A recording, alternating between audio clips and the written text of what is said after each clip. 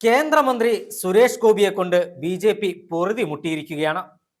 കാരണം രാജ്യത്ത് ബി.ജെ.പിക്ക് നിരവധി എം.പിമാരുണ്ട്. എന്നാൽ ഇവരാരും പാർട്ടിക്ക് ബാധ്യതയാകുന്നില്ല എന്നാണ് ബി.ജെ.പിയുടെ വിലയിരുത്തൽ. എന്റെ വിലയിരുത്തലല്ല. പക്ഷേ തൃശൂർ എം.പി. സുരേഷ് ഗോപി പാർട്ടിക്ക് വലിയ ബാധ്യതയാവുകയാണ്. കാരണം രാഷ്ട്രീയത്തിന്റെ ABCD സുരേഷ് ഗോപിക്ക് അറിയില്ല.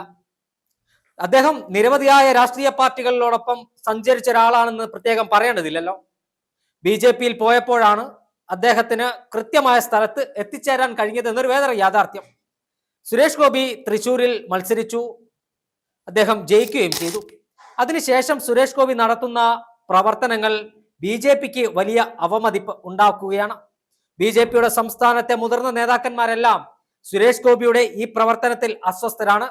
ബി.ജെ.പിയുടെ കേന്ദ്ര നേതൃത്വം കൃത്യമായി സുരേഷ് ഗോപിയെ വിലയിരുത്തുന്നുണ്ട് എന്നാണ് ഡൽഹിയിൽ നിന്നും ലഭ്യമാകുന്ന വിവരം. നമുക്ക് ലഭിച്ചിരിക്കുന്ന വിവരപ്രകാരം സുരേഷ് ഗോപിയുടെ മന്ത്രിസ്ഥാനം തുലാസിലായിരിക്കുകയാണ്.